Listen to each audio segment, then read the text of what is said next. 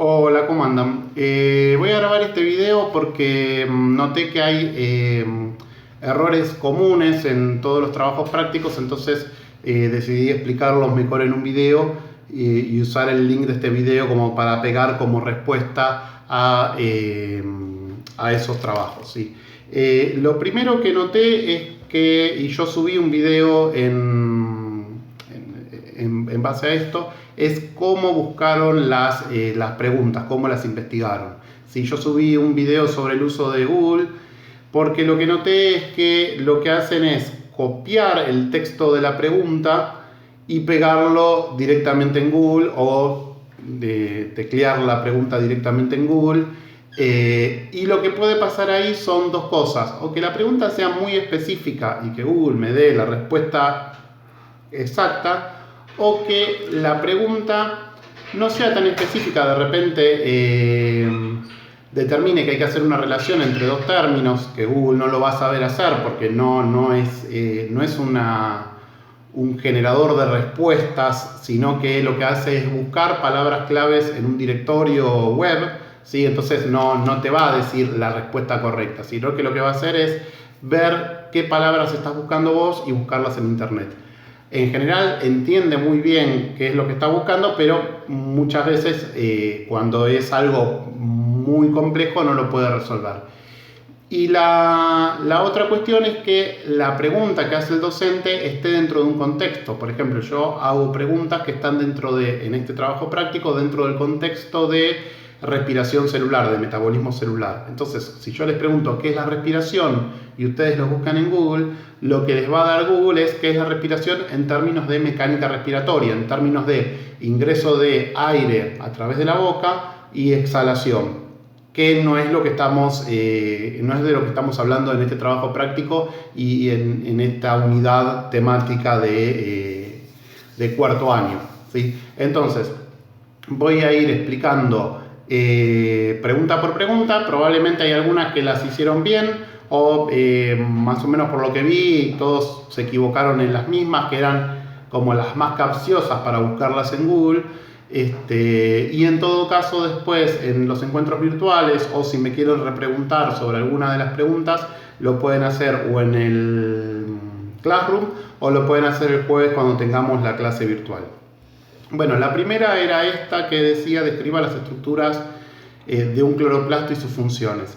Y en general todos la contestaron bien. Hay un pequeño detalle que algunos lo que hicieron fue copiar de Google, y se notaba que en el texto, o Google extrajo ese pedazo de texto y se los puso como resumen arriba de todo de la búsqueda, o en el texto estaba hablando de la mitocondria y ustedes copiaron ese párrafo que decía: el cloroplasto es aún más complejo que la mitocondria. No hay que hacer eso cuando uno da una respuesta. Lo que hay que tratar de hacer es escribir una oración con esa información que yo tengo que dé respuesta a la pregunta que me está haciendo el docente. Porque yo ahí me doy cuenta que directamente ustedes ni pensaron, o sea, copiaron ese pedazo de texto y no sé tampoco si entendieron de qué estaba hablando el texto, ¿sí? Entonces, traten de pulir un poquito el texto de manera tal de que se adapte a la respuesta que ustedes tienen que dar. La segunda pregunta, que es cómo se separan las fases de la fotosíntesis y qué se obtiene de cada una, en general la contestaron bien porque era una pregunta muy directa, y si ustedes ponían esa pregunta en Google iba a dar la respuesta correcta. Esta es la fase oscura de la mitocondria. Lo que se obtiene es lo que está marcado ahí, el ATP y el NADH, ¿sí? Eso lo vimos en la clase teórica. De hecho, todas estas filminas que yo estoy poniendo, creo que todas están en la clase teórica y está explicado en la clase teórica. Entonces, esta es la fase oscura y se obtiene NADH y ATP. Y la fase clara, perdón, me equivoqué. Esta es la fase clara y se obtiene NADH y ATP. Y esta es la fase oscura. Eso es porque no depende de luz para que se produzca. Se produce durante el día, pero como no requiere de luz, se la llama fase oscura. Es esto que se llama ciclo de Calvin. Y ahí abajo está la glucosa, sacarosa y otros, que son los productos que se obtienen de esta fase.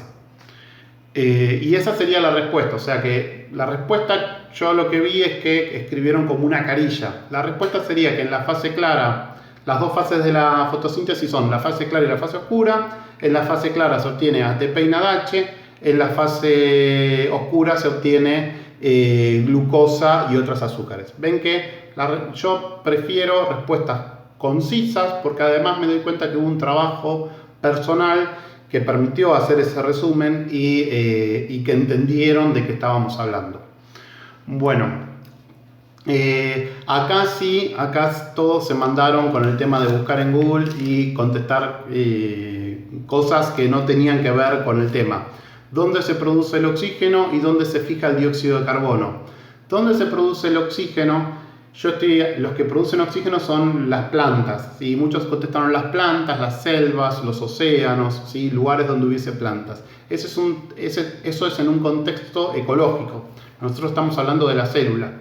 Y en el contexto de la célula, la fotosíntesis se produce dentro del cloroplasto.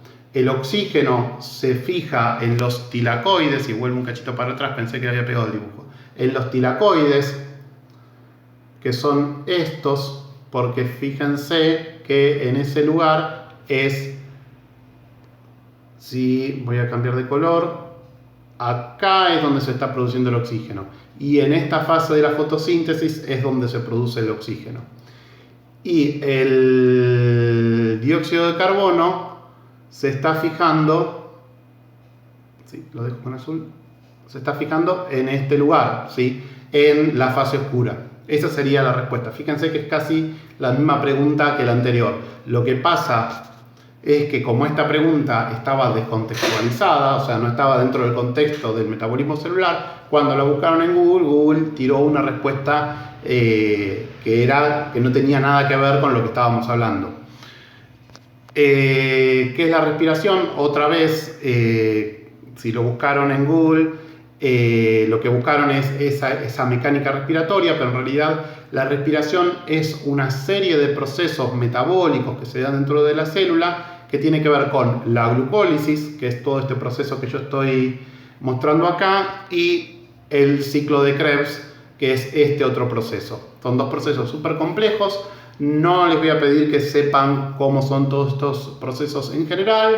Lo único que les voy a pedir de estos procesos es que sepan que la respiración no es, o sea, es un intercambio de gases cuando hablamos en términos de fisiología, pero en términos bioquímicos y en términos biológicos es la degradación de esta azúcar que tenemos acá, de esta glucosa, para transformarse en energía en forma de ATP y para transformarse en dióxido de carbono a medida que va perdiendo los carbonos. Esto está explicado en la clase teórica. Vayan en las instrucciones del trabajo práctico, tienen la clase teórica y ahí lo explico. Me voy a correr un cachito. ¿Dónde se consume el oxígeno que respiramos y dónde se produce el dióxido de carbono que exhalamos? Ahí también muchos contestaron las preguntas en términos de mecánica respiratoria. No sé si acá había puesto, sí, acá está.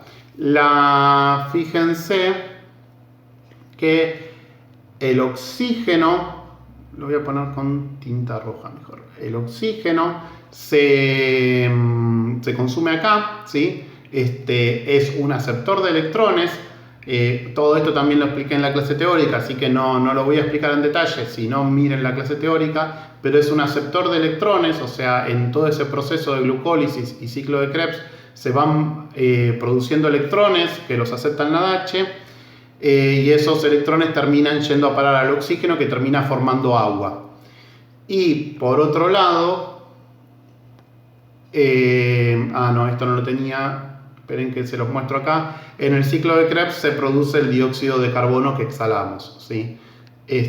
Otra vez, ven que yo estoy haciendo bastante hincapié con que ustedes entiendan qué es la respiración en términos de metabolismo celular, porque es de lo que estamos hablando. Bueno, esperen, no me puedo achicar, ahí está. Esta pregunta también era una pregunta muy directa y probablemente la buscaron en Google y encontraron la respuesta correcta, ¿sí? ¿Qué función cumple el ATP y las azúcares dentro de la célula? En general todos la contestaron bastante bien. Se notaba que era una pregunta que estaba copiada. Hay una cuestión que lo explico yo en el video de cómo buscar en Google.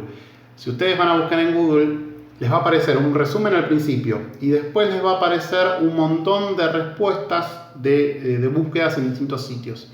Probablemente por el contexto de esta pregunta, ¿qué función cumple el ATP y los azúcares dentro de la célula? Ustedes encuentren contenidos que tienen que ver más con materias universitarias.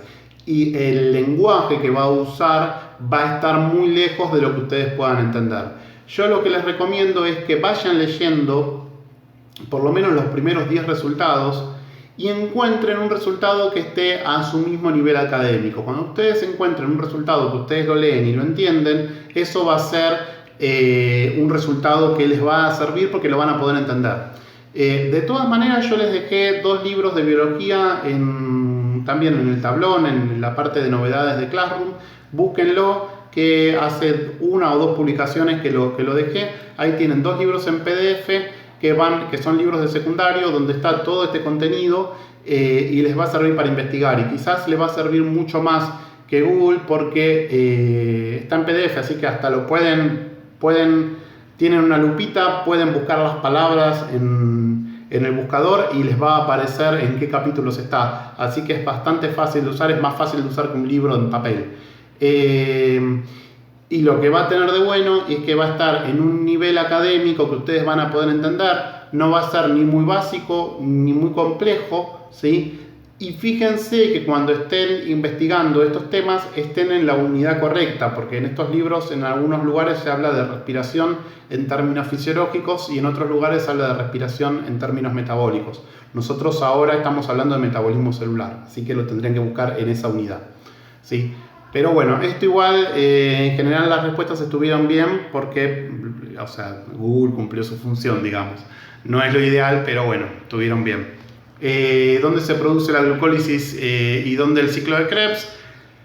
Acá también algunos lo contestaron bien, otros el resultado que encontraron en Google fue la descripción de cómo se produce la glucólisis y cómo el ciclo de Krebs. Yo solamente les preguntaba dónde se produce cada uno.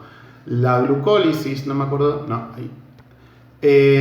La glucólisis se produce en el citoplasma celular, ahí está la glucólisis, y el ciclo de Krebs, que acá está escrito con un nombre medio raro, porque está en inglés, se nota que usaron una imagen que estaba en inglés para hacer todo este cuadrito, no lo hice yo, que dice TCA site, porque creo que es el ciclo de los ácidos tricarboxílicos, y eso debe estar en inglés, tricarboxylic cycle acid, mi inglés es malísimo, pero bueno, ese es el ciclo de Krebs. El ciclo de Krebs sucede dentro de la mitocondria, ¿sí? Este de acá, y la glucólisis sucede en el citoplasma, ¿sí? Bueno, y ese es todo el trabajo práctico. Cualquier duda que tengan, me consultan y les trato de contestar por Classroom o me consultan directamente en la clase virtual. No tengo nada más para decirles, cualquier cosa nos estamos viendo, así que le doy pausa a esto y nos vemos.